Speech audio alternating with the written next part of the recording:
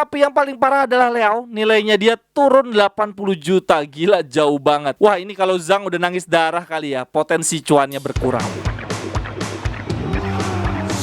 Jerewetan ceking kita, nyerewetin apa aja. Teman-teman yang sedang kalian saksikan saat ini adalah Cerewetin Inter. Apa kabar teman-teman semua? Selamat berakhir pekan. Hari ini gue mau update beberapa kabar menarik dari klub kesayangan kita. Berita yang pertama, pemain-pemain kita yang cedera, beberapa sudah ada yang sembuh dan dikabarkan siap bermain di akhir pekan depan melawan Fiorentina, yaitu Di Marco, Gosens, dan Bastoni. Sedangkan pemain yang belum juga sembuh dan gue lumayan khawatir adalah Milan Skriniar. Ini sangat aneh sih menurut gue teman-teman. Skriniar itu sepanjang paruh pertama musim ini, bahkan sampai dengan Januari 2023, dia tuh nggak pernah cedera loh, selalu fit, main terus. Sekarang giliran cedera, aduh berkepanjangan, nggak sembuh-sembuh. Dan menurut Skriniar, ini back pain-nya tetap terasa walaupun dia sedang istirahat atau sedang tidur. Jadi bukan cuma ketika dia bermain atau berlatih. Cedera ini membuat Skriniar harus absen di kualifikasi Euro. Dan menurut Gazeta, di hari Senin nanti Skriniar akan mencoba berobat, terapi, tetapi dengan mengikuti saran dari staf medikal Paris Saint-Germain. Dan hal ini membuat Inter cukup berang ya, Inter cukup marah karena saat ini statusnya Skriniar kan masih pemain Inter dan staf medikal Inter merasa dilangkahi. Karena kan memang sampai dengan saat ini status Milan Skriniar adalah pemain Inter ya, sehingga menurut gue cukup wajar juga kalau staf medisnya Inter merasa tidak dihargai. La Gazzetta membuat berita tentang hal ini dengan judul begini teman-teman. Skriniar telah dikunjungi oleh dokter Paris Saint-Germain.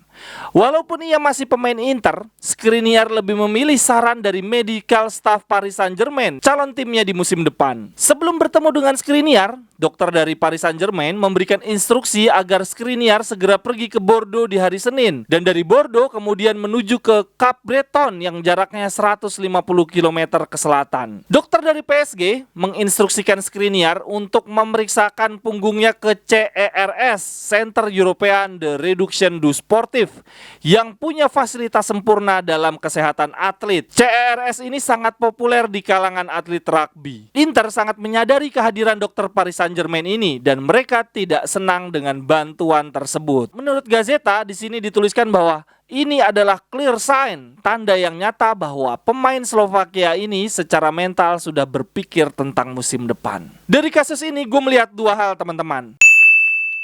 Bagi teman-teman yang usahanya, yang bisnisnya mau gue promosiin, silakan hubungi kontak gue yang ada di kolom deskripsi. Ada 3 cara untuk promosi di YouTube gue. Cara yang pertama akan gue ulas secara langsung.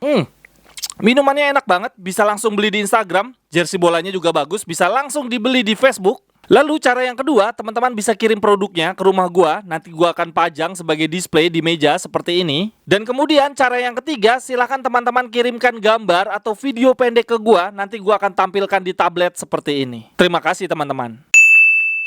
Yang pertama, Skriniar mulai mencari masalah nih, tidak menghargai Inter. Tetapi yang kedua, gue juga melihat bahwa mungkin aja dokter Inter nggak becus ya, sampai-sampai Skriniar nggak percaya. Dan kalau menurut gue pribadi, reaksi Skriniar yang lebih mempercayai staf medisnya PSG itu menurut gue wajar banget sih. Dia itu kan atlet profesional yang ingin kondisi terbaik buat dirinya sendiri. Jadi menurut gue, harusnya Inter malah seneng, nggak perlu keluar uang untuk berobat, nggak perlu keluar tenaga juga untuk ngobatin Skriniar. Dan lagian menurut gua performa staf medis Inter musim ini jelek banget. Pemain kita cedera selalu berlarut-larut. Lalu kabar berikutnya datang dari Lord kesayangan kita, Roberto Gagliardino. Di akhir musim nanti dia akan segera meninggalkan Inter, kontraknya habis. Wah, Gagliardini ini sudah membela Inter selama 6 tahun, anjir lama banget. Di sini dibilang ya, Gagliardini nggak puas dengan menit bermain yang diberikan oleh Inzaghi. Jadi ternyata secara statistik Inzaghi adalah pelatih yang paling nggak percaya sama Gagliardini teman-teman. Di eranya Conte, Gagliardini bisa jadi starter di 45 pertandingan dari total 65 laga yang dimainkan Inter. Menit bermainnya juga cukup banyak nih di era Conte, 3.900 menit. Sedangkan di era Spalletti, total menjadi starter cuma 40 dari 53 laga. total bermain 3.400 menit. Nggak beda jauh juga sih ini dari Conte. Nah, penurunan drastis terjadi di era Inzaghi. Gagliardini cuma jadi starter di 12 laga dari 42 pertandingan Inter. Total menit bermainnya terpangkas hampir setengahnya nih, 1.400 menit, dikit banget. Saat ini beberapa klub mencoba mendekati Gagliardinho. Kepincut dengan Gagliardinho ya. Mereka sudah melakukan pendekatan. Ada Bayern Munchen, ada Madrid, City, Liverpool, bahkan Paris Saint-Germain. Tapi bohong, nggak ding teman-teman.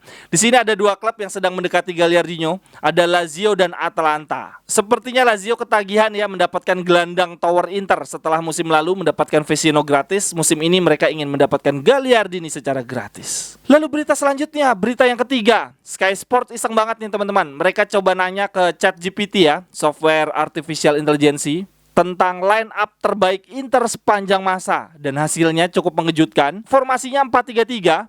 Kipernya ternyata Pagliuca, bukan Julio Cesar atau Handanovic. Kemudian dari penyerang ternyata yang dipilih oleh AI adalah Milito, bukan Vieri. Dan ditemani oleh Figo dan Ronaldo. Tapi yang lebih mengejutkan lagi, di lini tengah tidak ada nama Husin Karja. Kayaknya ngaco nih si ChatGPT. Lalu lanjut ke berita berikutnya, berita yang keempat. Inter telah menunjuk pengganti dari Samaden, kepala sektor pemain muda yang akan segera meninggalkan Inter di akhir musim nanti untuk kemudian menjadi sporting director di Cremonese.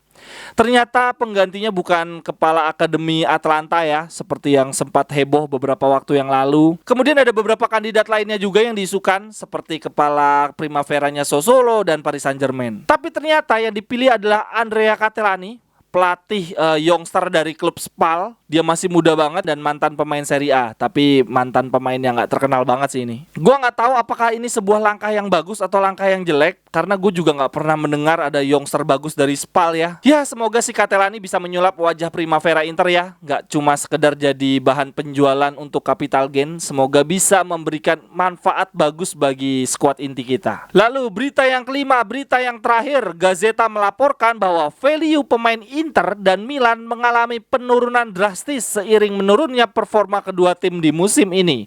Untuk Inter, penurunan value-nya mencapai 64 juta, sedangkan Milan lebih parah lagi mencapai 137 juta. Gila, parah banget. Pemain Inter yang mengalami penurunan paling besar ada di Korea sama Dumfries, nilainya berkurang 15 juta, lebih murah dibandingkan musim lalu.